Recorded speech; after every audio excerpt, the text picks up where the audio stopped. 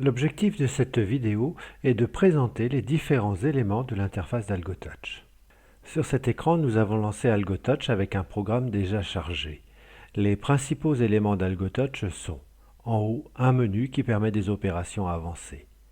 En dessous, une première barre d'outils qui permet entre autres de lire, de sauvegarder un programme, de faire ou refaire des actions et d'exécuter un programme en mode animation.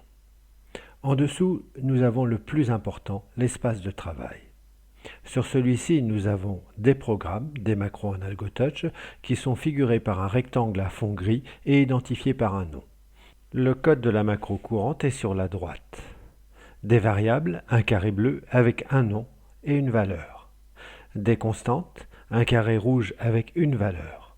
Il est aussi possible d'avoir des constantes nommées. Un tableau A avec ses valeurs indicées et sa taille qui figure en rouge. Associés à ce tableau, nous avons des index I et J qui permettent d'accéder à un élément du tableau en fonction de leur valeur. Ici, nous avons I qui vaut 9, A de I correspond à A de 9 qui vaut 70. Il est possible de modifier I.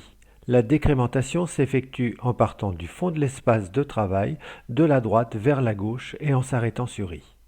À l'opposé, l'incrémentation s'effectue en partant de la gauche de l'espace de travail. Quand un index comme J est en dehors des limites du tableau, A de J est en rouge pour indiquer qu'il est impossible de l'utiliser.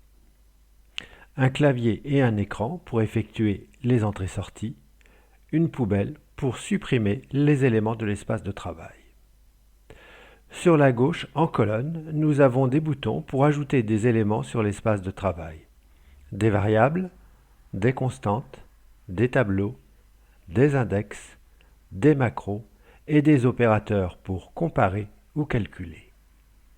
Sous l'espace de travail se trouve la console qui permet de visualiser les opérations effectuées. Ici, nous avons les deux calculs sur I est égal à I moins 1, I est égal à I plus 1. À droite, nous avons le code de la macro courante avec au-dessus 3 boutons pour ajouter des instructions, les exécuter ou les effacer.